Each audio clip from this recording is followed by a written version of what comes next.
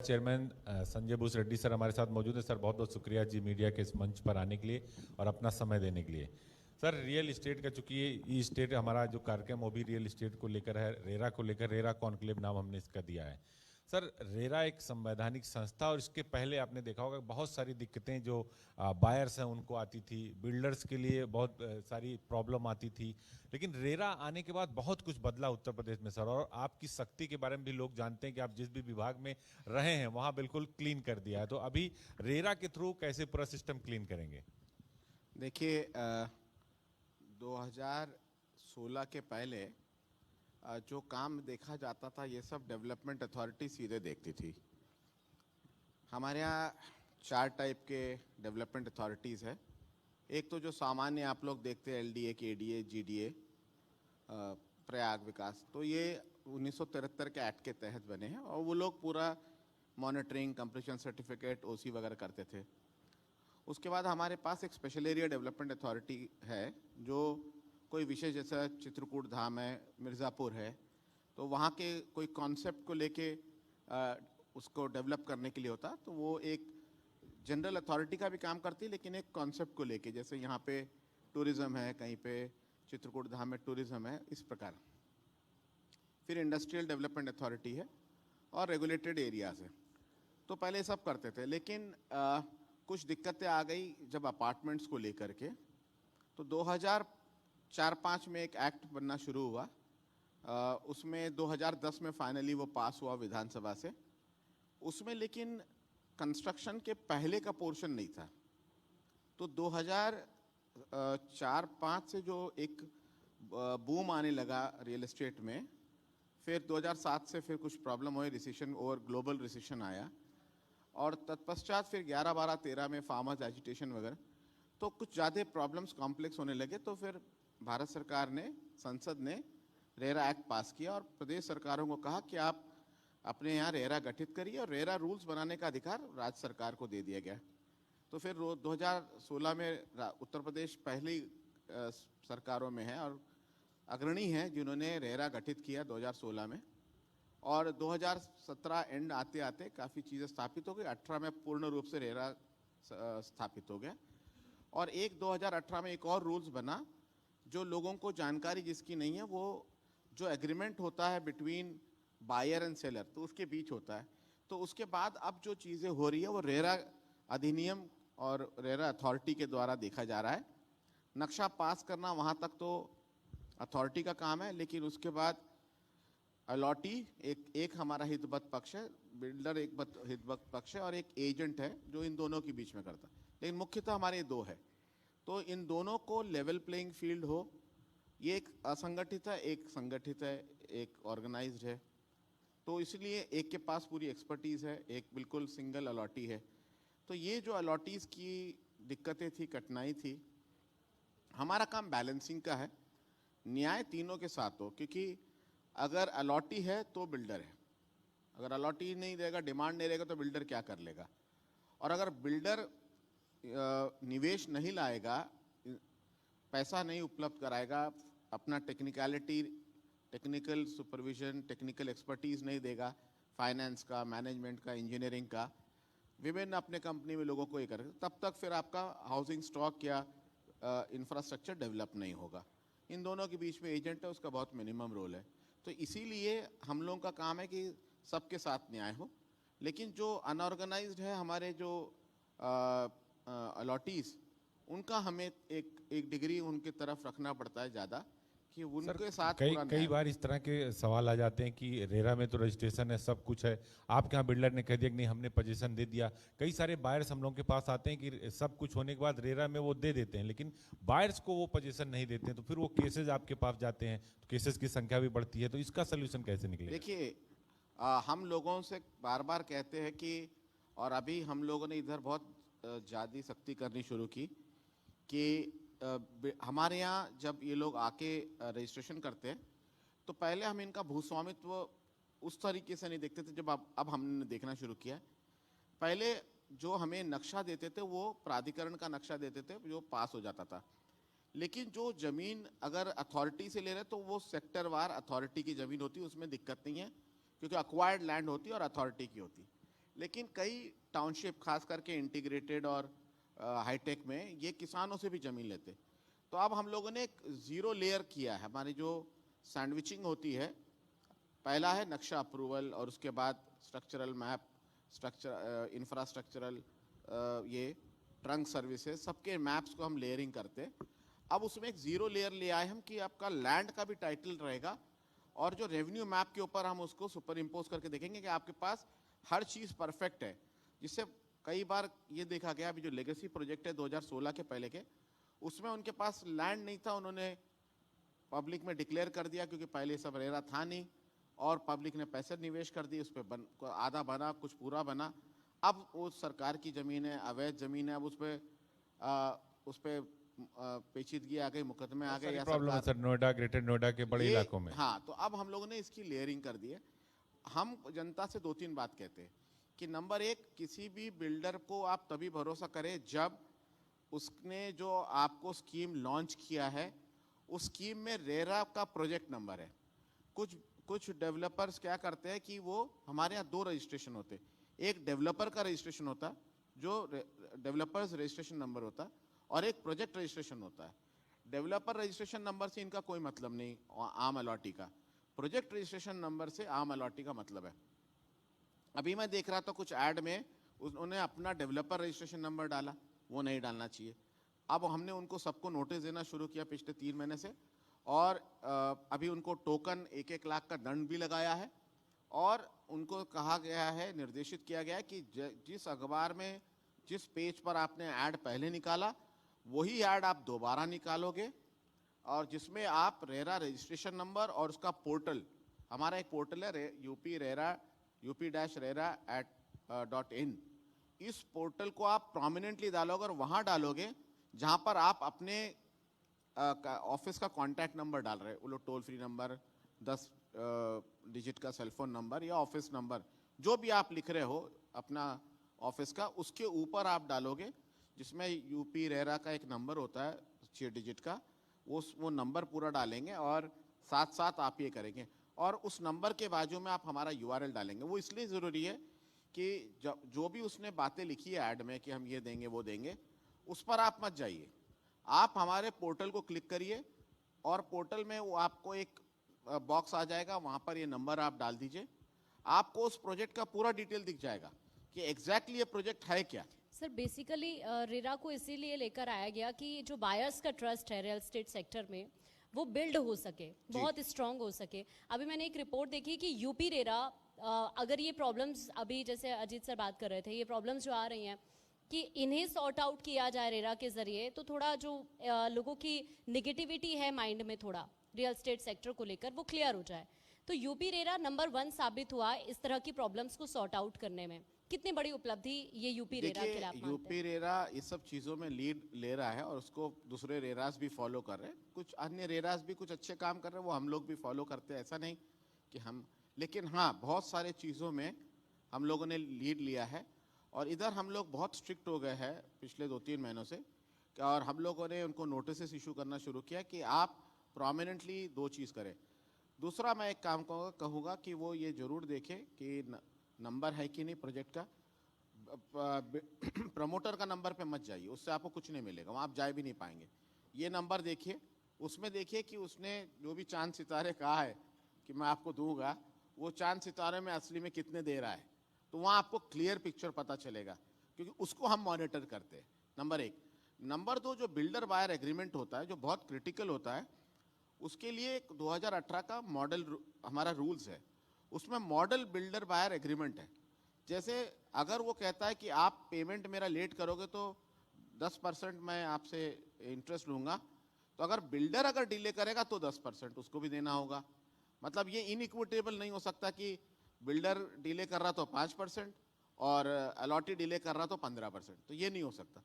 तो इन सब चीज़ों पे हम लोग आजकल बहुत तवज्जो दे रहे हैं, और इसको बहुत एनफोर्समेंट को सर आप चूंकि चेयरमैन है, क्या आपका ऑब्जर्वेशन क्या कहता है इसको लेकर? क्योंकि मिशन यही था कि जो बायर्स हैं, जो बिल्डर्स हैं, उनके बीच का जो रिलेशन है वो मेंटेन हो सके, लोग बहुत ज़्यादा ट्रस्ट कर सके। अभी तक आपका ऑब्जर्वेशन क्या कहते हैं? क्या वो मिशन पर आप कामयाब हो पा रहे हैं? बिल्कुल हम लोग काफ़ी हद तक कामयाब हो गए। देखिए हमने 60,000 केसेस फाइल हुए हैं जिसमें हम 50,000 केसेस डिस्पोज ऑफ कर चुके हैं। So that we have disposed of. और करीब अच्छा खासा 600 करोड़ की हम लोगों ने रिकवरी करके आरसीसीए किया है। इधर एनफोर्समेंट में हमारा तवज्जो बहुत ज़्यादा है, जिससे कोई भी बिल्डर हमको बहुत हल्के से न ले कि अच्छा ठीक है रेरा है तो बोल रहे टाइप्स। अगर हमारा उनसे कहना है कि आप निवेशक हो, आप टेक्निकल एक्सपर्टीज लाते हो, आप हमारे लिए बहुत महत्वपूर्ण हितबद्ध पक्ष हो, लेकिन सबको कानून के दायरे में खेलना पड़ेगा। अगर कोई कानून के दायरे के बाहर जाएगा तो फिर हम सख्ती करेंगे। कानून के दायरे में हो गए तो हम आपको भी प्रोटेक्ट करेंगे, क्योंकि कुछ अलॉटीज भी जो इन्वेस्टर्स होते हैं, जिनके पास बहुत पैसा होता है, वो अलॉटीज इन्वेस्टर के रूप में खरीद लेते हैं, बेचते हैं। वो लोग थोड़ा सा रेरा के सिस्टम को दुरुपयोग करने की चेष्टा करते हैं, एक्सप्लॉइट करने का प्रयास करते हैं। तो हम उनको भी बचाना गलत लोगों से, प्रमोटर और बिल्डर को, वो भी हमारा काम है। तो दोनों के साथ हमारा काम है कि दोनों तीनों जो हमारे हितबद्ध पक्ष हैं उनके अंदर न्याय हो। हमारा ये है कि अगर थोड़ा सा दो चीज़ पे देंगे कि आप, अभी मैं एक ऐड देख रहा था, हम आपको गोवा ले जाएंगे। अरे भाई आपको घर खरीदना है, गोवा घूमने जाना, पहले तय कर लीजिए। उसमें कुछ ऐसी चीज़ें थी कि हम आपको आईएफएमएस फ्री कर देंगे, गोवा ले जाएंगे, 3 दिन का टूर कराएंगे। You want to buy a house, आप फालतू लालच में क्यों पड़ रहे हो? अमूमन ये होता है कि जब कोई व्यक्ति लालच में पड़ता है या पॉन्जी स्कीम में आता है, वही ट्रैप में हो जाता है। Just go on our portal and see what exactly he suppose to give and what he is suppose to follow. Number 2, please see our rules 2018, see the model. ये आप, हमारे 2 हेल्प डेस्क है, एक NCR area के लिए, Meerut division के लिए वहीं एनसीआर में, क्योंकि वहाँ बहुत ज़्यादा अर्बनाइजेशन है, बहुत ज़्यादा अलॉटीज़ है, प्लॉट्स है, डिमांड है। और एक हमारा पूरे बाकी यूपी के लिए लखनऊ में है। आपको अगर कोई भी चीज़ समझ नहीं आती है, आप रेरा हेल्प डेस्क पे फ़ोन करें, पता करें, हम आपको पूरा हैंड होल्डिंग करेंगे, चाहे वो अलॉटी हो, चाहे। सर ये आप पोर्टल, सर जिस तरह से लगातार आप देखिए रेरा की साख बहुत बड़ी है, रेरा ने बहुत ज़्यादा एक्शन में लिया। कई सारे बिल्डर एनसीएलटी में गए जिसको आप लोगों ने टेक ओवर किया कि भाई बायर्स का पैसा आपने ले लिया, आपने समय से उनको नहीं दिया।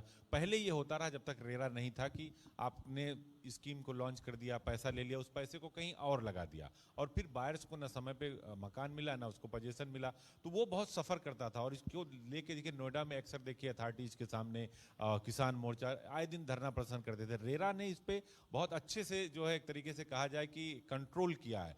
तो अब जो बायर्स है सर, बहुत सारे बायर्स अभी भी हैं जिनको पोजीशन नहीं मिला, तो उनके लिए क्या कहेंगे सर? नहीं देखिए, हम लोग प्रयास करते हैं कि जो धारा 31 में हमारे यहाँ पहला मूल शिकायतकर्ता, जब उसने जो चाहा वो बिल्डर ने नहीं दिया, वो 31 में करता, उसको हम लोग प्रयास करते 4-5 महीने में उसको निस्तारित कर दे, और उसी में उसको कंप्लायंस करने के लिए 45 दिन देते बिल्डर को। अगर बिल्डर नहीं करता, क्योंकि बिल्डर को अपील करने का हमारे आदेश खिलाफ उसका वैधानिक अधिकार है 60 दिन का, तो 45 दिन हम उसको कंप्लायंस के लिए देते। हमको मालूम हो अगर नहीं करेगा तो अलॉटी को 10-15 दिन और लग जाएंगे, तो 60 दिन उसके पूरे हो जाते।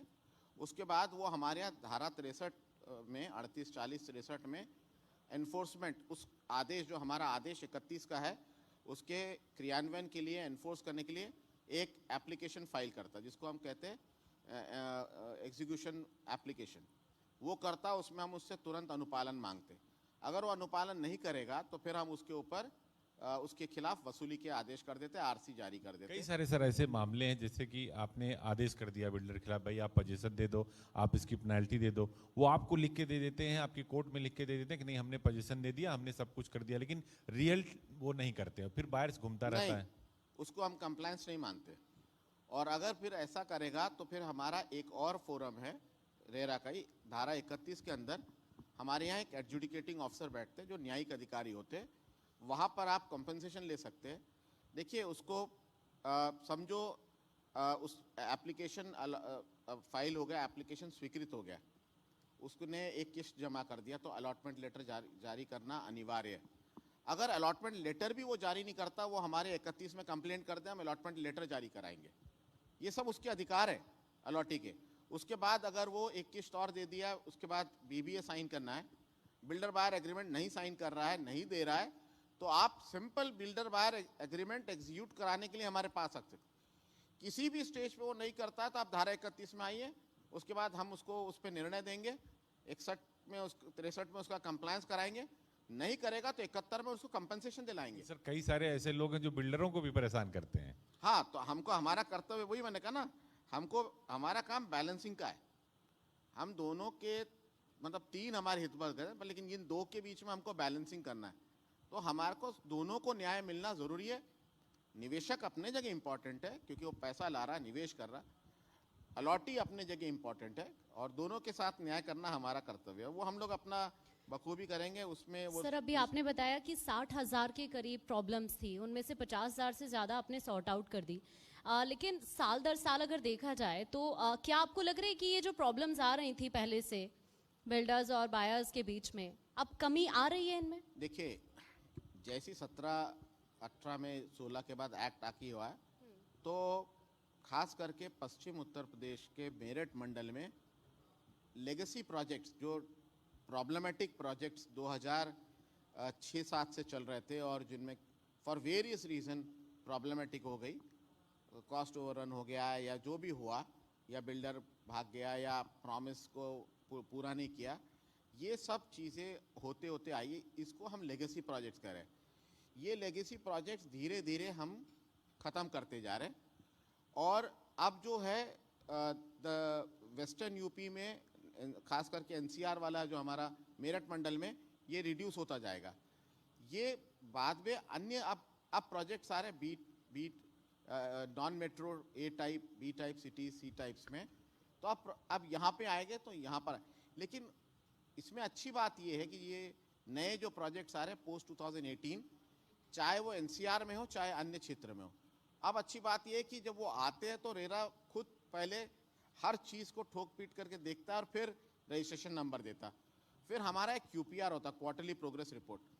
इसको भी हम बहुत ही तेज़ी से, अभी हमने पिछले सप्ताह ही शुक्रवार को एक जितने भी हमारे प्रमोटर्स हैं उनको बुलाया, उनके साथ हमारे ऑडिटोरियम में कॉन्फ्रेंस हुआ। उनको बता दिया गया कि भाई 1 2 3 4 5 6 7 8 9 10 इंपॉर्टेंट चीज़ है, इसको आपको करना है। जैसे ये एडवर्टीजमेंट आपको सही निकालना है, मिथ्यापूर्ण तरीके के एडवर्टीजमेंट नहीं निकालना है, क्लियर एडवर्टीजमेंट निकालना है, registration number, RERA URL properly लिखना है, क्यूपीआर आपको भरना है। पहले हम प्रोजेक्ट का एक क्यूपीआर लेते थे, अब हम प्रोजेक्ट में अगर 100 फ्लैट बन रहे हैं तो हर फ्लैट का हम प्रोग्रेस देखेंगे हर महीने का। तो उसका क्वार्टरली हर 3 महीने में वो अपलोड करेगा, नहीं अपलोड करेगा तो उसको हम पेनल्टी लगाते। तो वहाँ से हमारी मॉनिटरिंग अब बहुत, क्योंकि पहले नया था, हमारे पास भी एक्सपर्टीज था, अब हम धीरे धीरे उसके सोफिस्टिकेटेड एस्पेक्ट में जाके बहुत बारीकी तक हम डीप डाउन पेनिट्रेट करेंगे उसमें हमारे मॉनिटरिंग में, और देखेंगे कि हर चीज़ प्रॉपरली एज पर हो रही है, नहीं हो रही तो फिर वो जवाबदेह होगा। तो ये सब चीज़ें अब होने लग गया। सर अभी इसलिए लोग कहते अपकमिंग हैं कि रेरा है तो प्रोजेक्ट्स, भरोसा है। अब अपकमिंग प्रोजेक्ट्स क्या कुछ आपके हैं? देखिए, हम लोगों ने अभी 3-4 जो मेजर स्टेप्स लिए जो मैंने बताया, एक हमारा है कि बहुत सारे जो लेगेसी प्रोजेक्ट्स में प्रॉब्लम आया है, मैं नाम नहीं लूँगा, नाम लेना ठीक भी नहीं, लेकिन लखनऊ में प्रोजेक्ट है, नोएडा में प्रोजेक्ट है, ऐसे 2-3 बड़े बड़े प्रोजेक्ट्स हैं जो जहाँ पे लैंड का टाइटल परफेक्ट नहीं था। देखिए, लैंड आप जब ट्रांसफ़र करते हो, जैसे मैंने एक लैंड लिया और मैं आपको दे रहा हूँ, तो मेरे पास अगर परफेक्ट टाइटल होगा वही टाइटल आपको ट्रांसफ़र होगा। मेरा अगर 50% डिफेक्टिव टाइटल है तो मैं अगर बेच भी रहा है, खरीद रहा है, तो इनको डिफेक्टिव मिला। तो ये जो इन्होंने किया लेगेसी प्रोजेक्ट्स है, ये सब 2007 8 9 10 11 12 के, वहाँ पर ये सब इश्यूज आए। तो ये जो ज़ीरो लेयर का हमने हमारे जो प्रोजेक्ट सबमिशन हम लेते हैं, तो जो सैंडविच हमारा है, तो अभी तक हम ज़ीरो लेयर नहीं लेते थे। हम प्रिज्यूम करते थे कि प्राधिकरण ने नक्शा पास किया तो सही होगा, लेकिन वहाँ ये भी नहीं देते थे। अब हमने प्राधिकरणों को भी कहा, इसमें माननीय उत्तर प्रदेश, माननीय मुख्यमंत्री जी उत्तर प्रदेश द्वारा एक अच्छा निर्णय हुआ है उत्तर प्रदेश सरकार द्वारा कि हर महानगरों में, जिसमें 13 प्रथम चरण में हैं, माननीय मुख्यमंत्री जी ने ये निर्णय लिया है कि यहाँ के मैप पूरे डिजिटाइज हो गए। अब हमारे पास हर खसरे का है। तो अगर आप किसान से लेते हो खास करके, वो ज़मीन या कोई सरकारी ज़मीन है आसपास की, उसमें ही ये प्रॉब्लम होती है। तो वो अब वहाँ से शुरू हो जाएगा। तो हम प्राधिकरणों को भी कहा कि आप भी इसको ज़ीरो लेयरिंग ले करिए और इस ज़ीरो लेयर के साथ देंगे। तो एक ये मेजर है। दूसरा, अभी तक एजेंट्स हम लोग साधारण रजिस्टर करते थे, अब वो नहीं होगा। अब एजेंट को हम ट्रेनिंग प्रोग्राम लॉन्च कर रहे हैं, अगले महीने में लॉन्च हो जाएगा। उसको हम ट्रेनिंग देंगे, उसको हम उसका एग्जामिनेशन लेंगे, उसका कंडक्ट, उसका behaviour. He can't like behave like a riffraff. He is also playing a role for a agency charge. 3% 2% agency charge है। He is also earning money. He is giving service to the customer. He should know how to behave, how to conduct, what are RERA laws. तो उसको हम training देंगे 1 month का, उसको फिर exam conduct करेंगे, certification करेंगे, फिर ही एजेंसी देंगे।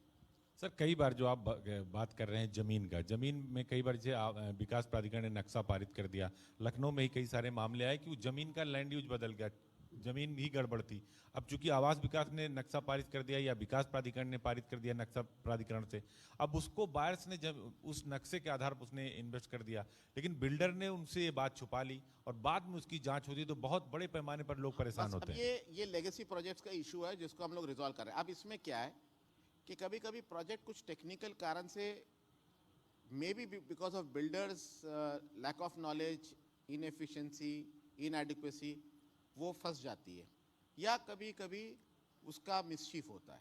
जो भी कारण हो, रेरा का लॉ का सबसे बड़ा ये है, जो यूपी गवर्नमेंट भी बहुत ये है और रेरा अथॉरिटी भी बहुत इस पे क्लियर है, that a project which has been launched has to be completed.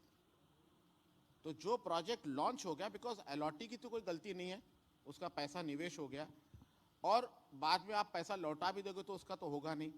वो ये सोच के अप्लाई कर रहा कि मैं 5 साल में रिटायर हो रहा हूँ, मैं एक घर ले लूँ, अपने घर को मेरा अपने एक घरौंदा हो, मैं सेटल हो जाऊँ, रोटी कपड़ा मकान। अगर प्रोजेक्ट लॉन्च हो गया, प्रोजेक्ट कंप्लीट होगा। हमारे यहाँ एक सेक्शन 8 है, जब कोई प्रोजेक्ट डिफिकल्टी में आ जाता है और हमको लगता है कि अब ये नहीं संभाल पाएंगे, हम उसको सेक्शन 8 में ले लेते, जिसमें जो अलॉटीज है 50% +1 हमें चाहिए। 100 है तो 51 लोग आके हमें सहमति देते हैं, हम उसको ले लेते हैं, चाहे उसी प्रमोटर से कराएंगे या किसी और प्रमोटर से कराएंगे, वो उसके सहमति से और अलॉटीज के सहमति से, लेकिन वो हमारे मॉनिटरिंग में फिर वो कंप्लीट होगा। और जब हम उसको सेक्शन 8 में लेते हैं तो हमारे 3 मेन अकाउंट हैं, जिसमें ये लोग पहले ये करते थे। अब जून 2020 और 24 दिसंबर 2020 ये हमारे 2 ऑर्डर्स हैं। जून में पहले हुआ और 2020 में, फिर 24 दिसंबर 2020 में, और हमने उसको मॉडिफाई करके जारी किया। उसमें 3 अकाउंट खोलना जरूरी है। एक है कलेक्शन अकाउंट, एक है सेपरेट अकाउंट और एक है प्रोजेक्ट मैनेजमेंट अकाउंट, तो ऑपरेशंस अकाउंट जिसको हम बोलते हैं। पूरा पैसा कलेक्शन अकाउंट में आएगा, उसी समय उसी दिन 70% सेपरेट अकाउंट में जाएगा, जो बेसिकली प्रोजेक्ट अकाउंट भी बोलते हैं, एस्क्रो अकाउंट भी बोलते हैं लोकल कोलोक्वियल लैंग्वेज में।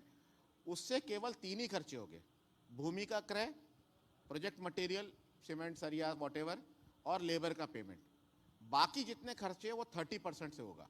जो ये हम माना जाए सर कि रेरा की वजह से बिल्डर और बायर दोनों का जो कम्युनिकेशन गैप था वो खत्म हो गया और आने वाले समय में समस्याएं खत्म हो जाएंगी। आशा यही है। तो और उसके बाद, लेकिन जब हम सेक्शन 8 में लेते हैं तब उसके बाद 70% और 30% नहीं होगा, क्योंकि उसके अपने काम के लिए हम 30% उस पर छोड़ देते हैं, उसके स्टाफ का पेमेंट, ऑफिस चलाना इत्यादि इत्यादि, एजेंसी पेमेंट। लेकिन अब जो है, अब हम लोगों ने ये कर दिया कि once we take it under section 8, या जब कोई प्रमोटर नहीं चला पा रहा तो हम दूसरे प्रमोटर कोई आता है, वही ले आता है, या आता है इसके पास पैसा नहीं है, कोई लगाने को तैयार है, प्रोजेक्ट अच्छा है, तो उसको सेक्शन 15 में लेते। सेक्शन 8 में जब लेते तो 51%, सेक्शन 15 में जब लेते तो 66%, 2/3 मेजॉरिटी का हम सहमति लेते हैं, और इसको फिर हम अपने नियंत्रण में करते हैं। लेकिन इन दोनों में फिर 100% पैसा प्रोजेक्ट अकाउंट में आता है, जिसको हम सेपरेट अकाउंट कहते हैं, फिर वो वहाँ पे आता है और फिर उसके अनुसार होता है। एक हमारा जो अलॉटी से है कि पॉन्जी स्कीम्स के चक्कर में ना पड़े कि मैं अश्योर्ड रिटर्न दूंगा, these are all we take it as a Ponzi scheme, so you should not take that. तो ये हम लोगों का कस्टमर से ये है, लालच में न पड़े, सही दाम में सही चीज़ देखे, और प्रोजेक्ट प्रमोटर का और प्रोजेक्ट की क्रेडेंशियल्स वो हमारे पोर्टल से कंफर्म करें। बहुत बहुत शुक्रिया सर जी मीडिया से बात करने के लिए और रेरा के बारे में विस्तार से बताने के लिए, और कैसे बायर्स और बिल्डर में आपस में तालमेल बनेगा और आने वाले समय में और समस्याएं नहीं होंगी। बहुत बहुत शुक्रिया सर।